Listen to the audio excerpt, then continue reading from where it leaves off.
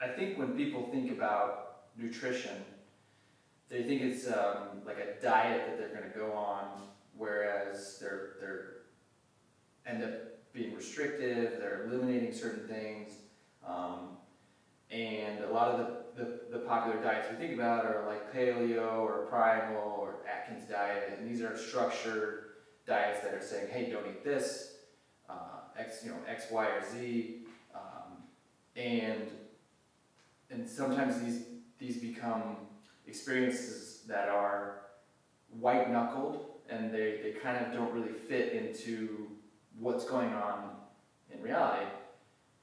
When I think about nutrition coaching, it's more about how do we fit certain nutrition principles for change into the context of real human life.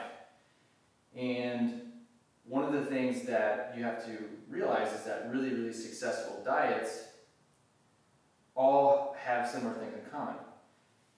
They get you into a caloric deficit, so you're eating less than you would normally. They get you eating minimally processed foods, so you're not eating, you cut out the junk food mostly. And then they promote some type of exercise component. And so people can be successful on paleo, people can be successful on primal, Atkins, you name it, if those fundamental principles are followed. And so when somebody comes to me, a client says, what is the best diet? I say it depends. I'm not going to sit here and say the best diet is X, Y, or Z, because the diet that's most successful is the one that somebody commits to and can do continuously or consistently. So if you have those three things, you're going to have a successful experience.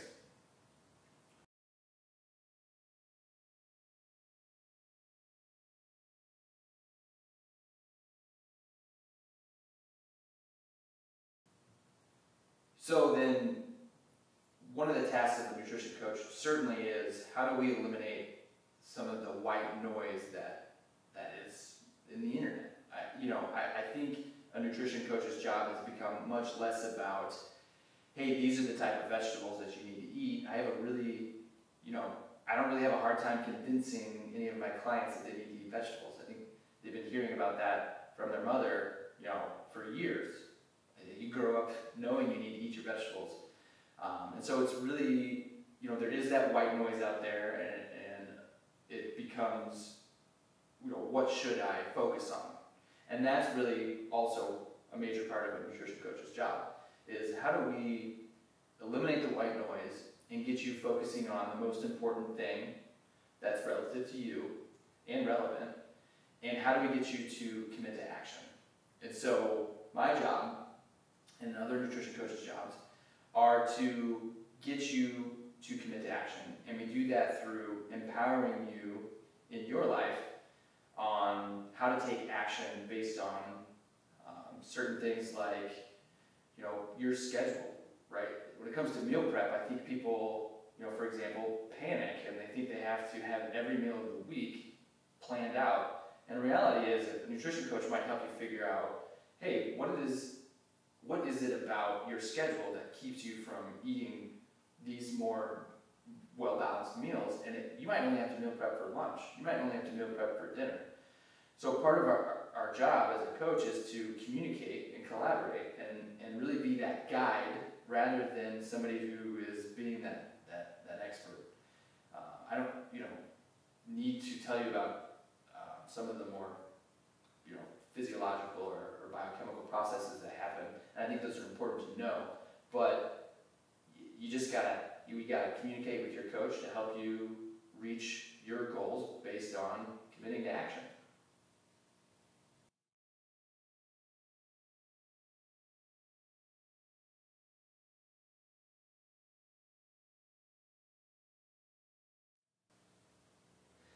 And again, so part of my job is really to help my clients step away from the all or none thinking, whether they're being successful or they're not being successful.